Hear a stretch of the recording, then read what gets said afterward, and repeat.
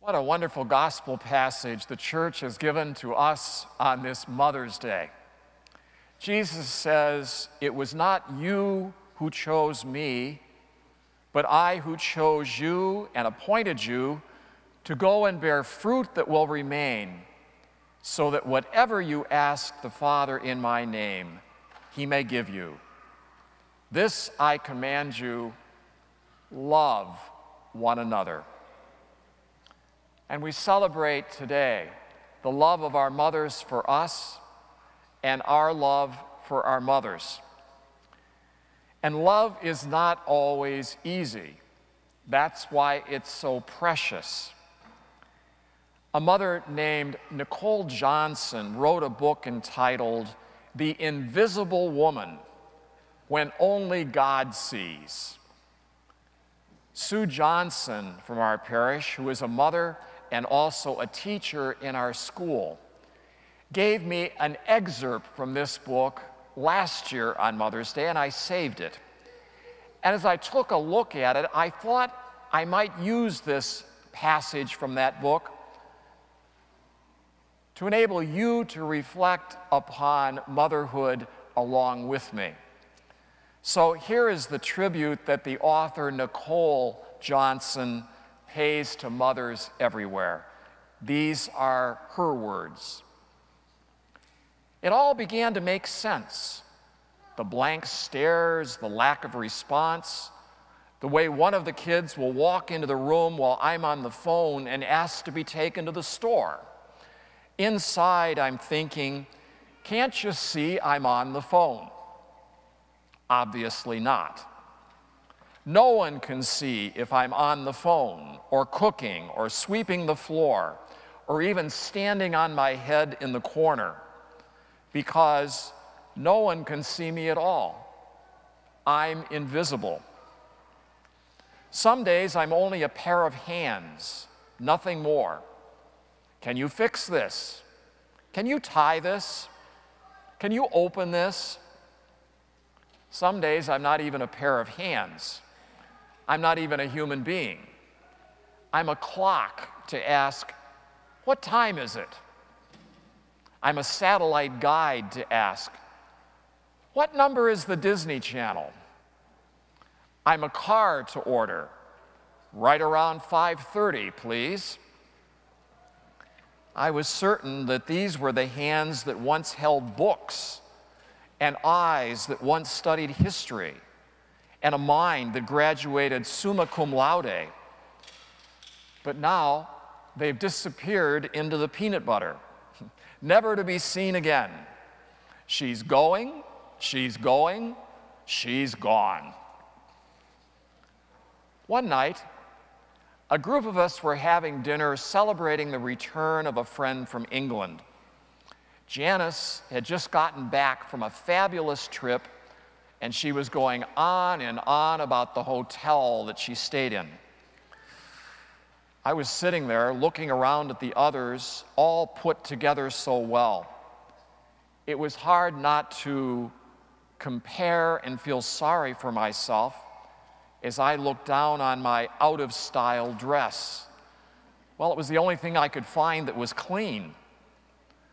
My unwashed hair was pulled up in a hair clip, and I was afraid I could actually smell peanut butter on it. I was feeling pretty pathetic when Janice turned to me with a beautifully wrapped package and said, "I brought you this." It was a book on the great cathedrals of Europe. I wasn't exactly sure why she had given it to me until I read her inscription. "To Charlotte, with admiration for the greatness of what you are building when no one sees." In the days ahead, I would read, devour that book, and I would discover what would become for me 4 life-changing truths after which I could pattern my work. 1, no one can say who built the great cathedrals. We have no record of their names. 2, These builders gave their whole lives for a work they would never see finished. 3, they made great sacrifices and expected no credit.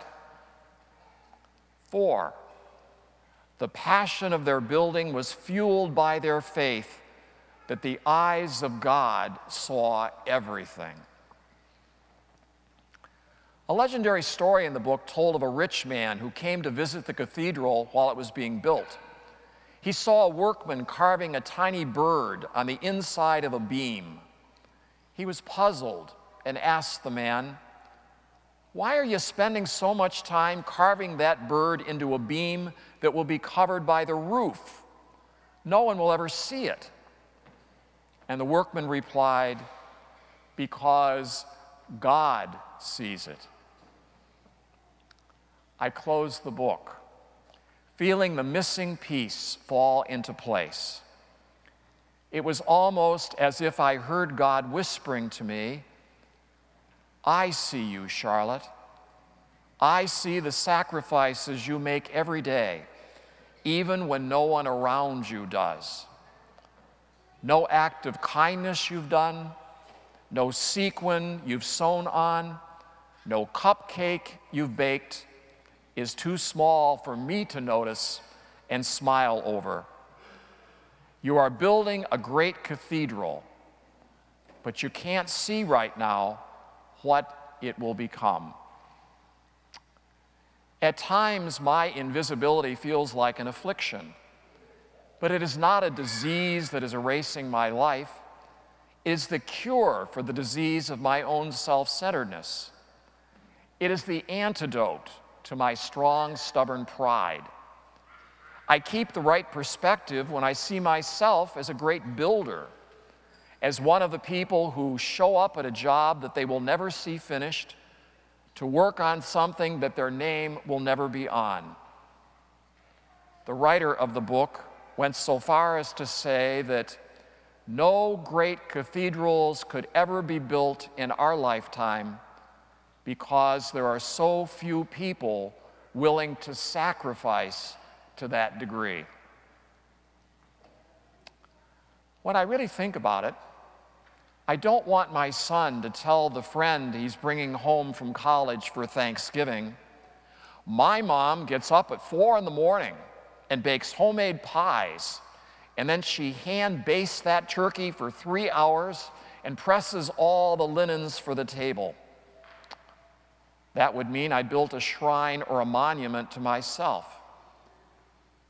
I just want him to want to come home. And then if there is anything more to say to his friend, to add, "And you're going to love it there."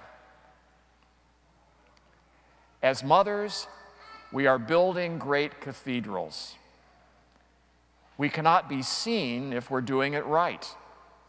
And one day, it is very possible that the world will marvel not only at what we have built, but at the beauty that has been added to the world by the sacrifices of invisible mothers.